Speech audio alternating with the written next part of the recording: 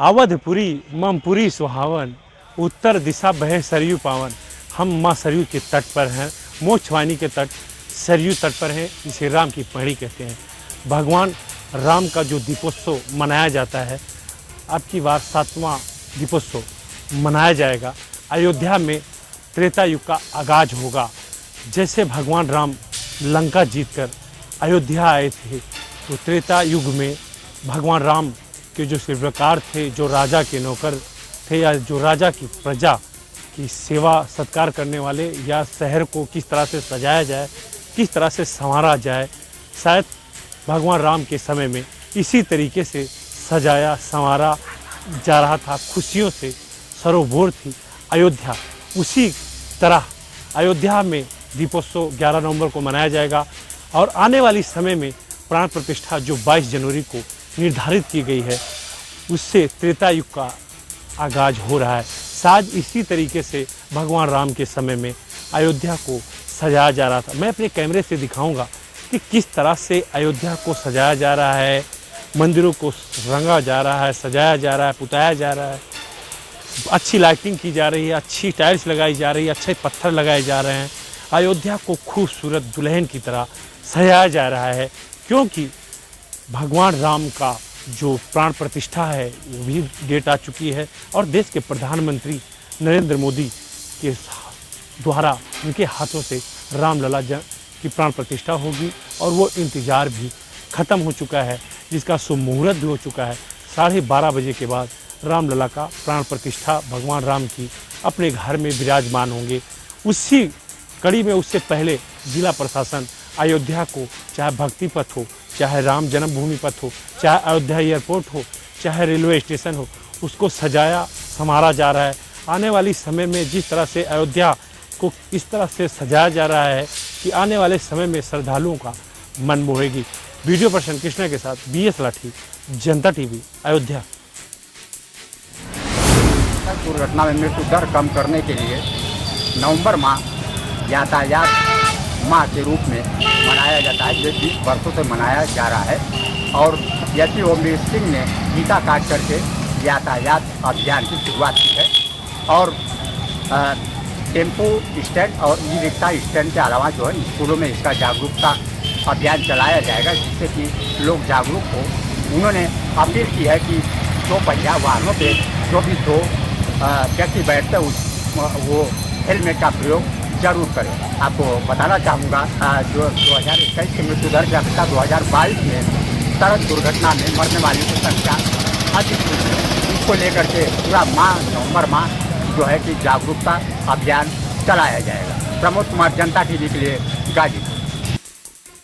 शाहजहांपुर के खन्नीबाग चौराहे पर यातायात माह का शुभारंभ किया गया है। DM और SP ने फीता काटकर यातायात माह का शुभारंभ किया था। आपको बता दें, हर वर्ष की भांति इस साल भी यातायात माह का शुभारंभ हुआ है। नवंबर माह में यातायात माह मनाया जाता है, लेकिन आज हम उसी चौराहे पर खड़े हैं जहां पर यातायात माह का शुभारंभ हुआ है। मेरे ठीक पीछे देखिए कि यातायात नियमों की किस तरह से धज्जियां उड़ाई जा रही हैं। आप देखेंगे तो यहाँ में सिग्नल लाइट भी नहीं जल रही है, ना ही कोई पुलिसकर्मी यहाँ पर मौजूद है। लेकिन प्रशासन कहता है कि यातायात के नियमों का पालन करें, लेकिन बात यहाँ पर आती है कि प्रशासन ही यातायात के नियमों की धज्जियां उड़ाता नजर आ रहा है। यहाँ पर बड़ा चौराहा है और यहाँ पर यातायात इतना आता है कि यहाँ पर दुर्घटनाएं आए दिन होती रहती हैं। उसके बावजूद भी यहाँ पर लापरवाही का नज़ारा आपको दिखा दिया हमने। ये लापरवाही का ठीक नज़ारा है कि कोई भी रिक्शा या कार कहीं से आए और कहीं जाए, लेकिन उन्हें रोकने वाला कोई नहीं है। तो हम यही आपसे कहना चाहते हैं, यातायात के नियमों का पालन करें, लेकिन जरा सी जिम्मेदारी प्रशासन की भी होती है कि यातायात नियमों का ठीक से पालन करवाए। लेकिन यहाँ पर ऐसा कुछ भी देखने को नहीं मिला है। लेकिन यातायात माह के पहले दिन ही लापरवाही सामने आई है। राजीव शुक्ला, जनता टीवी, शाहजहांपुर। सूबे के मुखिया योगी आदित्यनाथ लगातार पुलिस प्रशासन को निर्देशित कर रहे हैं मृत पुलिस की संज्ञा देते हुए कि वो लगातार लोगों से अच्छा व्यवहार करें, लेकिन कहीं ना कहीं कई वीडियो या ऐसी तस्वीरें निकल के सामने आती है जहां पर पुलिस अमानवीय व्यवहार करते देखी जाती है। ऐसे ही एक वीडियो वायरल हुआ है त्रिवेणी एक्सप्रेस का, जिसमें साफ देखने को मिल रहा है कि एक दरोगा है, उत्तर प्रदेश पुलिस के एक दरोगा है जो बिना टिकट यात्रा कर रहे हैं और टीटी का टिकट मांगने पर उनसे आग बबूला हो जाते हैं और लगातार बहस कर रहे हैं। और बहस ही नहीं, उनको धमकी देते हुए भी देखे जा रहे हैं। अब ऐसे में ये देखने वाला विषय हो जाता है कि खाकी लगातार अपना कहीं ना कहीं रौब दिखाती दिखाई पड़ती है और यही कारण है कि कहीं ना कहीं जो सूबे के मुखिया योगी आदित्यनाथ हैं, उनका जो आदेश है या उनकी जो मंशा है उस पर पानी फेरने का काम लगातार करती दिखाई पड़ती है। अब देखना होगा इसमें सुधार कब तक आएगा और खाकी कब मित्र पुलिस बनकर लोगों के बीच जाएगी। रावी से जनता टीवी के लिए आफ्ताब खान की रिपोर्ट। 13 मई को जहां एक महिला की कंपनी बाग में मजार के पास हत्या हो गई थी, जिसको लेकर अफवाहों के बाजार गर्म थे। तरह तरह के कयास लगाए जा रहे थे महिला की हत्या के पीछे और कई तरह के आरोप प्रत्यारोप के भी दौर शुरू थे। वहीं करीब 5 महीने बाद अब पुलिस, कर्नलगंज और सर्विलांस टीम ने इसमें खुलासा किया है, जहां महिला की हत्या के पीछे का कारण अब खुलकर सामने आया है। जहां एक नशेड़ी गोलू नाम के व्यक्ति ने हत्या की थी महिला की, क्योंकि उसका फोन छीन रहा था नशेड़ी के अनुसार। और जब महिला ने इसका विरोध किया तो उसने उसके सर पर पत्थर मार दिया, जिसके कारण उसकी मौके पर मौत हो गई थी। और जिसके बाद अब पुलिस ने गोलू को गिरफ्तार कर लिया है और अब गिरफ्तार करके उसको जेल भेज रही है। पूरा खुलासा सर्विलांस टीम और कर्नलगंज पुलिस ने किया है। जैसे ही गोलू ने उसका फ़ोन खोला और सर्विलांस ने उसको ट्रेस किया और जिसके बाद गोलू की गिरफ्तारी संभव हो पाई। जनता टीवी के लिए सैयद मोहम्मद आमिर, प्रयागराज। बदायूं जिले में अलग अलग थाना क्षेत्रों में 3 दिन में 3 बड़े हादसे हुए हैं। आपको बताते चलें, एक तरफ तो मुख्यमंत्री की तरफ से गड्ढा मुक्त अभियान चलाया जा रहा है, लेकिन वहीं बदायूं से उसावा तक का जो मार्ग है वो जर्जर स्थिति में बना हुआ है, जिसके चलते लगातार बड़े हादसे होते चले आ रहे हैं। उसी क्रम में बदायूं जिले में भी 3 बड़े हादसे हुए हैं। पहला हादसा उसावा थाना क्षेत्र के सेहा नबीगंज के पास का है, जहां पर स्कूली वैन और स्कूली बस की आमने सामने की टक्कर में वैन कार चालक सहित 4 छात्र छात्राओं की मौके पर ही मौत हो गई थी। वहीं वैन में 22 छात्र छात्राएं गंभीर रूप से घायल हुए थे, जिनको इलाज के लिए बदायूं जिला अस्पताल में भर्ती कराया गया।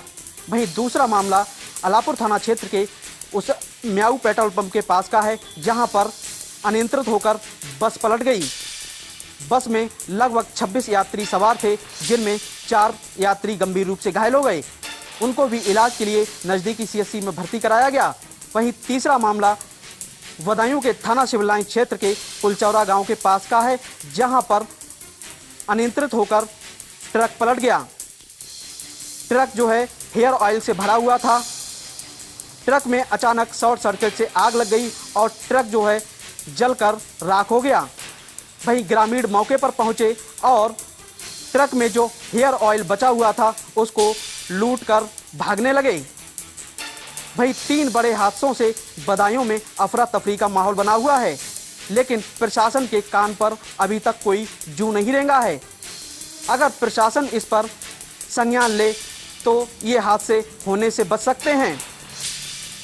फिलहाल प्रशासन भी लग रहा है कि किसी बड़े हादसे का इंतजार कर रहा है। अब देखने वाली बात यह होगी कि प्रशासन कब तक इस पर कार्रवाई करता है और कब तक इस पर संज्ञान लेता है। अवधेश मिश्रा, जनता टीवी, बदायूं।